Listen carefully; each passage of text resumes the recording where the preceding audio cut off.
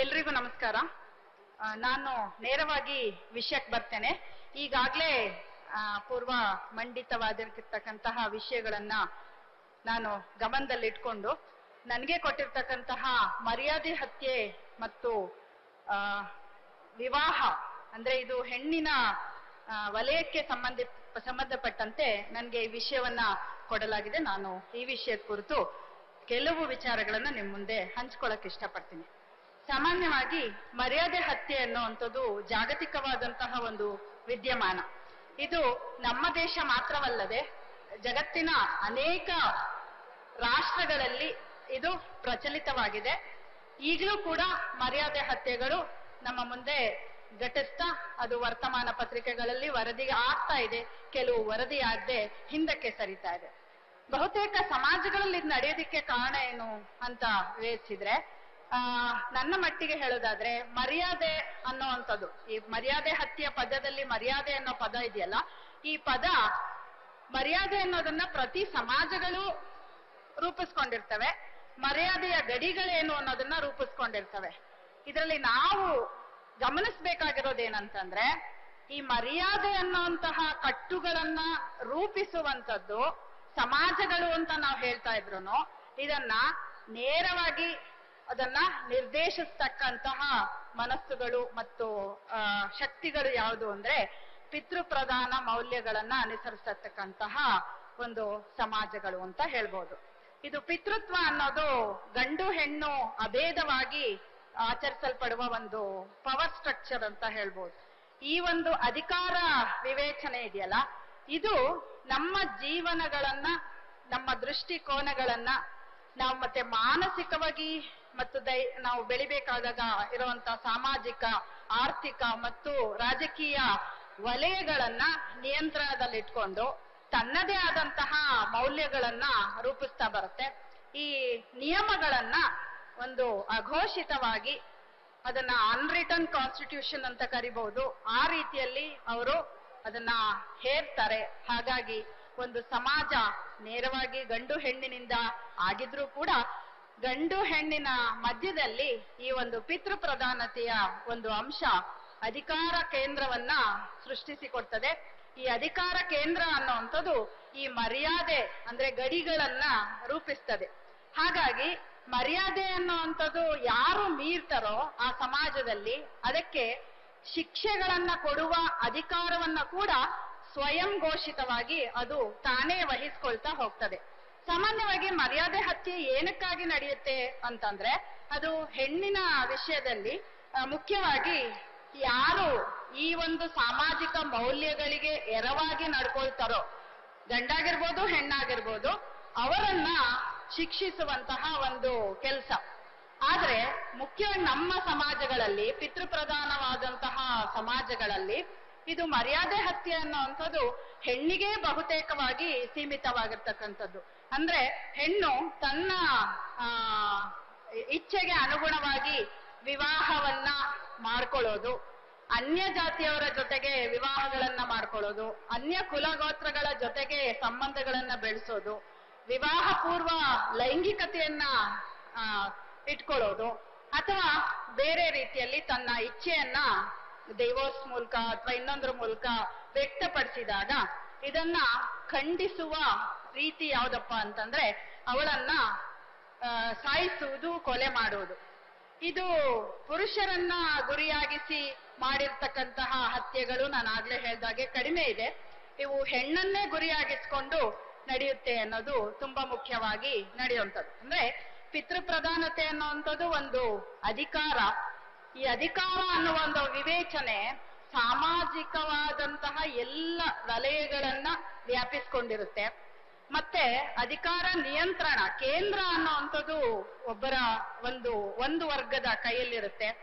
ಇದನ್ನ ನಾವು ಗಮನಿಸೋದಾದ್ರೆ ಹೇಮಾ ಪಟ್ಟಣ್ ಶೆಟ್ಟಿ ಅವರು ತಮ್ಮ ಆರಂಭಿಕ ಮಾತುಗಳಲ್ಲಿ ಇದನ್ನ ಪ್ರಸ್ತಾಪಿಸಿದ್ರು.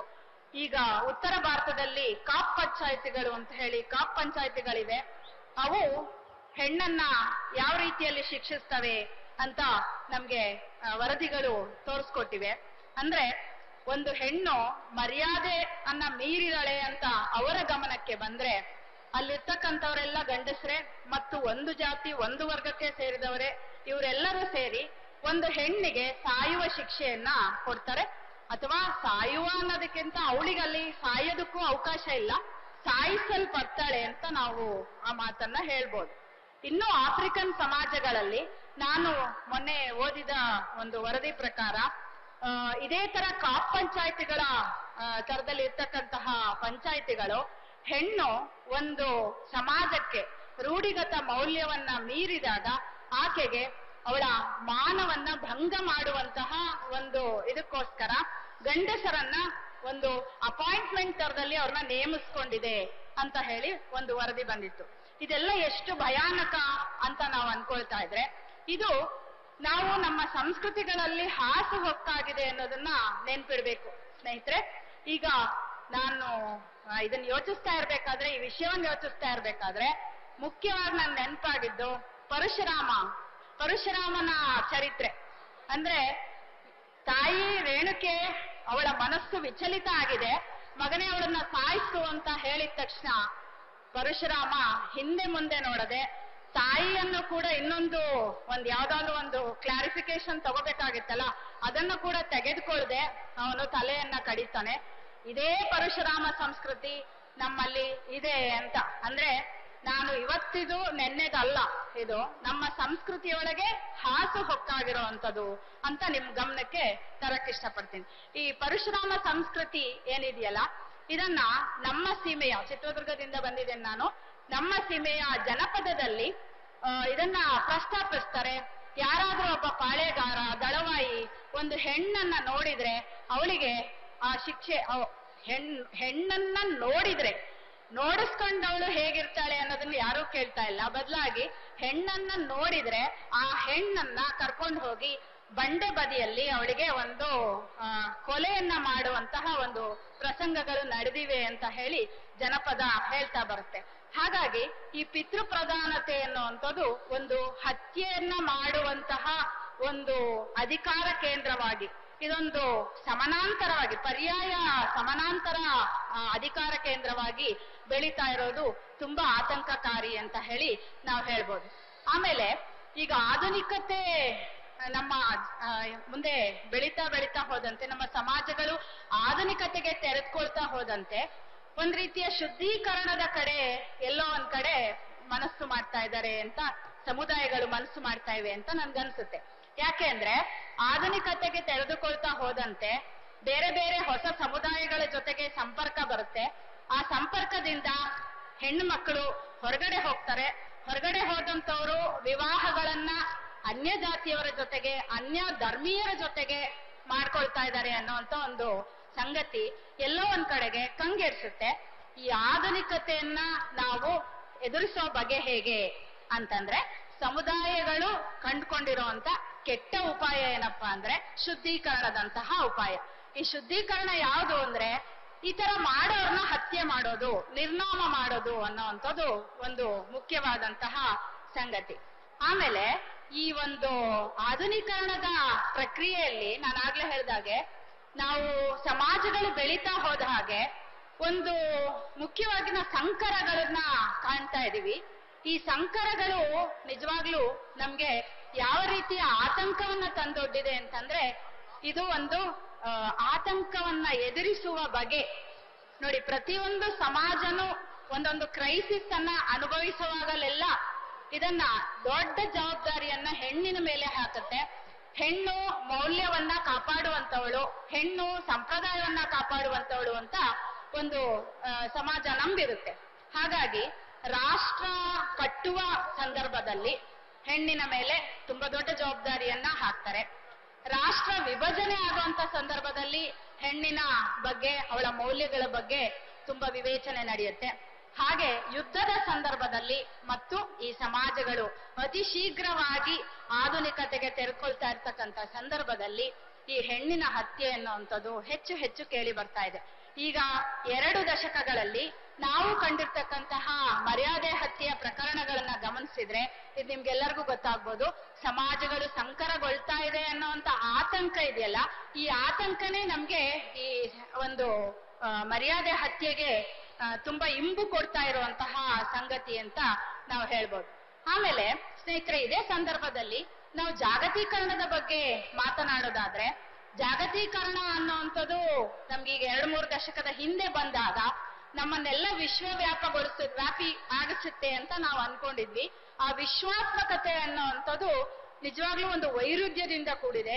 ಯಾಕೆ ಅಂದ್ರೆ ವಿಶ್ವಾತ್ಮಕತೆ ಅನ್ನೋವಂಥದ್ದು ಕೆಳಗಡೆಗೆ ಆಳದಲ್ಲಿ ತುಂಬಾ ಸಣ್ಣ ಸಣ್ಣ ಬಿರುಕುಗಳುಳ್ಳ ಸಮುದಾಯಗಳನ್ನ ಹೊಂದಿದೆ ಅನ್ನೋವಂಥದ್ದು.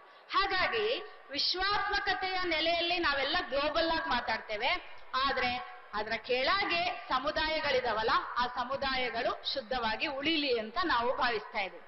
ಈ ಒಂದು ಸಂಘರ್ಷ ಇದೆಯಲ್ಲ, ಈ ಸಂಘರ್ಷ ಪ್ರಾಯಶಃ ನಮ್ಮ ಸಂಘರ್ಷ ಏನಿದೆಯಲ್ಲ, ಇದು ಒಂದು ಮೌಲ್ಯಗಳ ಸಂಘರ್ಷ ಅಂತ ಕರಿತೇನೆ ನಾನು. ಈ ಸಾಂಸ್ಕೃತಿಕವಾದಂತಹ ಮೌಲ್ಯಗಳ ಸಂಘರ್ಷ ಏನಿದೆ, ಈ ಸಂಘರ್ಷ ಬಂದು ನಮ್ಗೆ ಹತ್ಯೆಗೆ ಅಥವಾ ಹಿಂಸಾತ್ಮಕವಾದಂತಹ ನೆಲೆಗೆ ನಮ್ಮನ್ನ ಕರ್ಕೊಂಡು ಹೋಗ್ತಾ ಇದೆ. ಈ ಹಿಂಸಾತ್ಮಕವಾದಂತಹ ನೆಲೆ ನೋಡಿ, ನಾನು ಇನ್ನೊಂದೇ ಒಂದು ಸಣ್ಣ ಮಾತನ್ನ ಹೇಳಿ ಮುಗಿಸ್ತೇನೆ. ಇದು ಆಧುನಿಕತೆ ಅನ್ನುವಂಥದ್ದು ನಾನು ಆಗ್ಲೇ ಪ್ರಸ್ತಾಪಿಸಿದ್ನಲ್ವಾ. ಈ ಆಧುನಿಕತೆ ಅನ್ನೋ ಒಂದು ಪರಿಕಲ್ಪನೆ ಒಂದು ವ್ಯಕ್ತಿಗತವಾದಂತ ಇದನ್ನ ಅದು ಪೂರಕವಾಗಿ ಕೆಲಸ ಮಾಡುತ್ತೆ. ಆಮೇಲೆ ಸಾಂವಿಧಾನಿಕ ಮೌಲ್ಯಗಳು ಅಂತ ಏನಿದೆಯಲ್ಲ, ಸಮಾನತೆ, ಪ್ರಗತಿಶೀಲತೆ, ಇದ್ರ ಬಗ್ಗೆ ಮಾತಾಡುತ್ತೆ.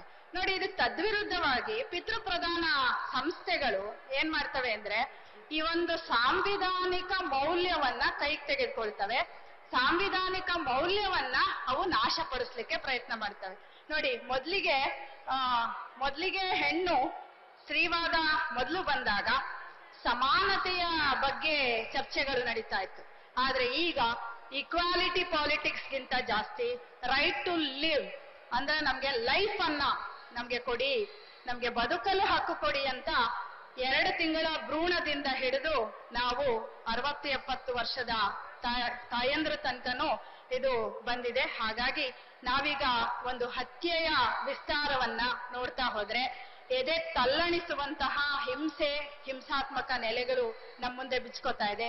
ಇದಕ್ಕೆಲ್ಲ ಕಷಾಯಗಳೇನು, ಉಪಾಯಗಳೇನು ಅಂತ ನೋಡೋದಾದ್ರೆ, ನಾವು ಸಾಂವಿಧಾನಿಕವಾದಂತಹ ಮೌಲ್ಯಗಳ ಆಚರಣೆಯನ್ನ ನಾವು ಹೆಚ್ಚು ಪ್ರಜಾಸತ್ತಾತ್ಮಕವಾಗಿರ್ತಕ್ಕಂಥ ಸಮಾಜಗಳನ್ನ ತರೋದ್ರಲ್ಲಿ ನಾವು ಸ್ವಲ್ಪ ಕ್ರಿಯಾಶೀಲವಾಗಿ ಕೆಲಸ ಮಾಡಿದ್ರೆ ಪ್ರಾಯಶಃ ಈ ತರದ ಮರ್ಯಾದೆ ಹತ್ಯೆಗಳು ಕಡಿಮೆ ಆಗಬಹುದು ಮತ್ತು ನಮ್ಮಲ್ಲಿರ್ತಕ್ಕಂತಹ ಪೂರ್ವಾಗ್ರಹಗಳನ್ನ ತೊಡಿಬಹುದು ಅಂತ ನಾನು ಈ ವೇದಿಕೆ ಮೂಲಕ ಹೇಳಿ ನನ್ನ ಮಾತನ್ನು ಮುಗಿಸ್ತೀನಿ. ನಮಸ್ಕಾರ.